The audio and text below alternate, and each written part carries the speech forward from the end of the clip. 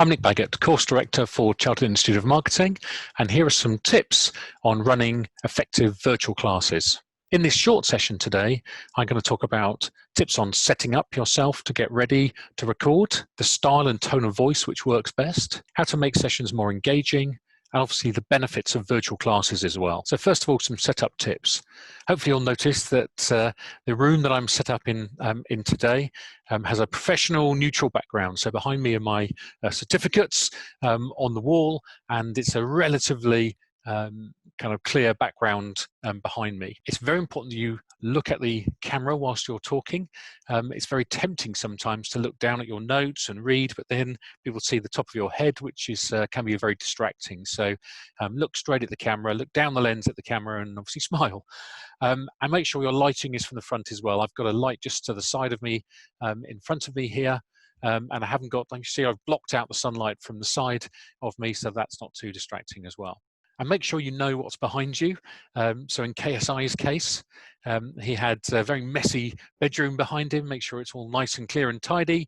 And with this BBC News reporter, he had his child running in behind him and his wife chasing after him live on TV. So just make sure you're in a good, clear, professional environment. And as I said, make sure you look at the camera. So here's a screenshot of a Zoom call. You can see that almost everybody here is not looking straight at the camera, maybe because their camera isn't positioned in the right way. So my camera is straight in front of me, top of my screen, so that I can easily focus on it. It's not looking to the side or looking down, etc. I'm kind of alert and looking straight at the audience and engaging with the audience. Some other setup tips. Make sure you test your microphone before you start the session. What you don't want is to have all the class ready to go, and then suddenly you have issues with the sound, or either the microphone not working or some background sound, etc. as well. I tend to mute all of the other delegates as well when they come in, and just unmute them when they want to talk. Make sure you've got some sort of backup internet connection. What I tend to do is, if necessary, if my broadband has any issues, I have my mobile phone connected to my laptop, so I can always connect on 4G if necessary, so it doesn't interrupt the recording.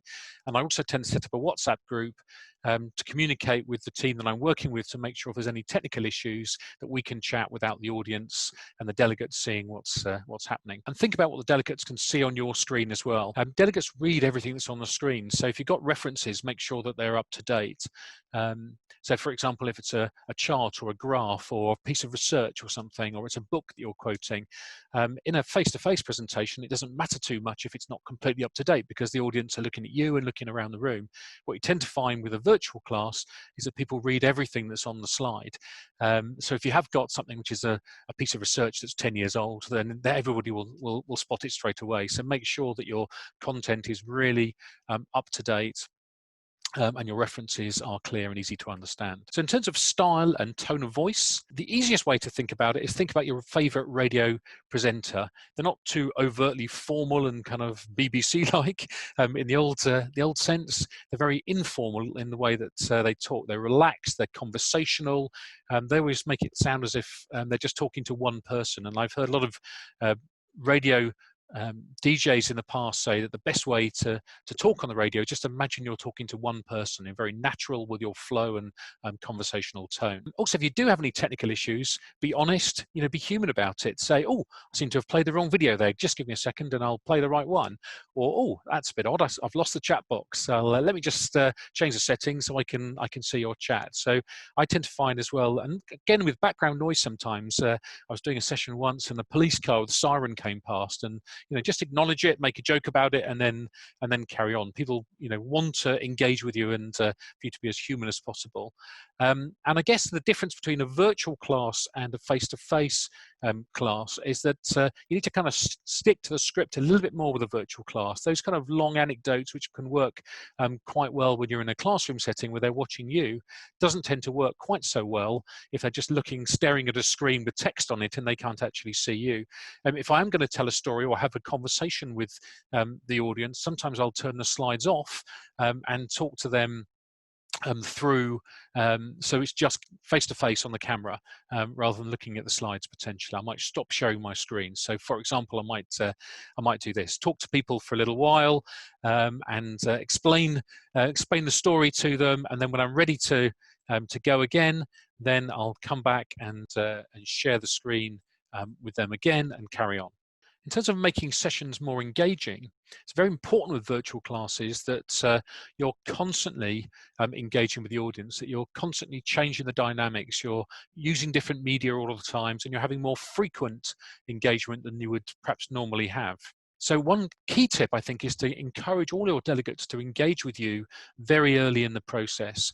And one of the things I quite like to do is put a map of the country up and say, put a heart on the map. The good thing with most technology now is you can annotate on the chart. So if I want to say, oh, I see someone's from Edinburgh, I can just kind of circle it. If I want to put my own stamp on the chart, I can literally just put a stamp on. Here's me putting a stamp over there in the Republic of Ireland, for example. So it's very straightforward to increase your engagement by having those kind of interactions and encouraging people to interact with you earlier on. Or maybe just get them to write in the chat, say, where are you? And people can type into the chat box where they are. Or if you've only got a relatively small group, then get people to unmute themselves, say hello, introduce themselves as much as possible.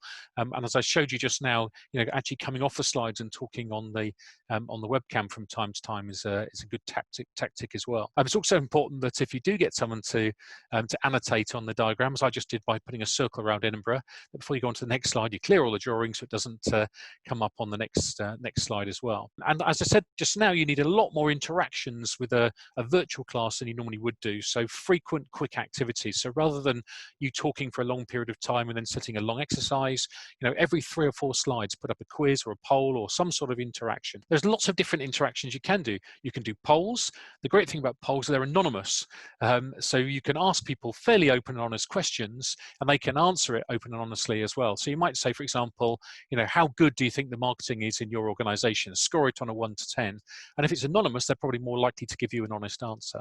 You can also choose between single or multiple answers with most software as well. That allows you to have multiple different answers for the same thing. So if you say, for example, which social media channels do you use? You want them to be able to tick 5 or 6 different options. You can also use polls to do a kind of understanding quiz. So just to check they've understood correctly. So at the end of a section, you can say, right, here's 2 or 3 quick quiz questions to see if the audience generally has understood. Again, it's anonymous, so you can't see who has understood and who hasn't, but you can at least see that like 90% of the people have understood it. The other way of using a poll is to check their situation. Which of you have used these things before, for example? What level of confidence do you have in your own ability? Make sure you've got regular slide builds and annotations. You'll notice that I've been doing that throughout this session as well. And annotations, what I was saying before about kind of highlighting key points and circling things on the screen. Make sure you play lots of video. In this short section, I'm not playing any external videos as well, but videos are very good, particularly on longer sessions, for kind of breaking up the momentum. It's quite hard for people to follow if you are just talking the same tone all the way through the session. So I try every kind of maybe 20 minutes or so, I will play a video. And that video just gives them something different to look at, a different voice to hear, and then you can come off the slide, have a chat to people about the video, then come back onto the slides again and carry on. And as I said, make sure you've got regular exercises that build over the session. So building over the session, it's very good to have a case study that runs. It's very good to have a case study that runs on and on over the course of the session. You can have breakout groups so different people can work on different teams and share their answers back, and get different people in the teams to present each time.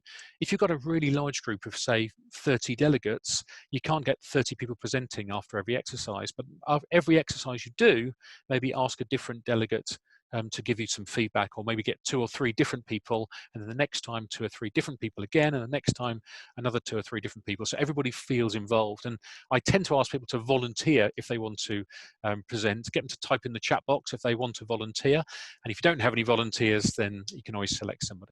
Some other engagement tips, I think I mentioned this earlier on, but make sure that you're muting the sound for everybody apart from yourself, so there isn't any distractions, there isn't background noise, dogs barking, children crying in the background, and use the chat box constantly and all the way through the session. So you can ask delegates questions and they will answer them in the chat box, but also invite lots of people in the session to constantly comment and ask you questions. So I would encourage people at the start to just effectively interrupt you and type a question into the chat box at any time. As soon as a question or a comment comes in, then what I would do is acknowledge it straight away and ideally answer it straight away. So even break into what you're saying and answer the question.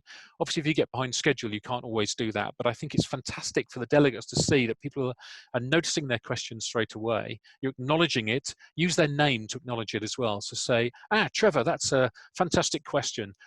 Trevor, that's a really good answer. Trevor, I'm not quite sure if you've understood that one, but by using someone's actual first name, it does really engage those people, and it encourages other people to talk as well. As I said, just constantly get them to ask you questions. If you're not getting questions and comments, then ask for them. Just say, oh, no one seems to have had any questions recently. Anyone got any issues they want to discuss? Anyone got any case studies they want to share with us? Anyone want to disagree with me, etc.? And just encourage that all the way through. Whiteboards are fantastic for anonymous chats.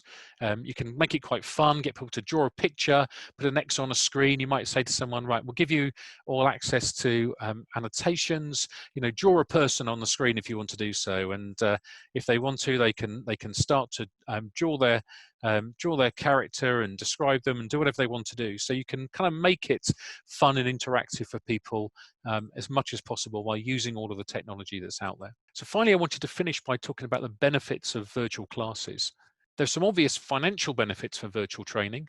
There's obviously no travel time, no cost of travel. Nobody likes commuting in and having long distance train journeys. People tend to be much more relaxed and informal when they're working from homes. It also means you can have larger class sizes. It's not always practical with a face-to-face class to have a huge classroom with lots of people in it, whereas a virtual class, you can have as many people as you want to. I've had hundreds of people on some sessions. Obviously, in an ideal world, a kind of smaller number, maybe kind of 8 to 15 or something is the ideal number, but there's absolutely nothing to stop you running a very engaging class, with very large class sizes with virtual. Also, you can do any time duration. If you do a face-to-face class, it tends to have to be a half day or a full day to really make it work. However, when you've got a virtual class, you can do a 1 hour class, you can do a 2 hour class, you can do an 8 hour class. All of them are doable effectively, and all of them can work. Virtual classes are also fantastic for global teams who don't always necessarily have the opportunity to get together face to face. Because there's no travel cost, you can run them at different times of day potentially to suit different people, but it does allow you to involve a much wider group of people than you perhaps would normally allow to come to your sessions. And you could also argue that virtual classes are less intimidating for the quieter delegates. We've all been in face-to-face workshops where there's a couple of dominant characters, and the skill of the trainer is trying to get the quieter, shyer delegates to open up and talk a little bit more.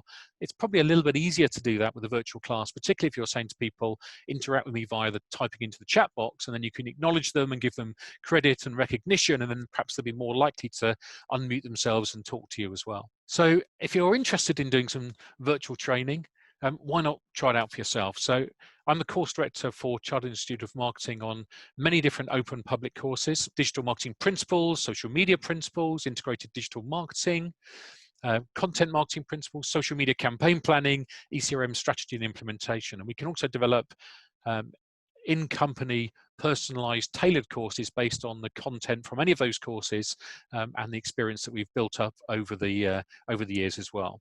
So if you have any further questions arising from this, please get in contact. You can use Ask the Course Director at CIM.co.uk.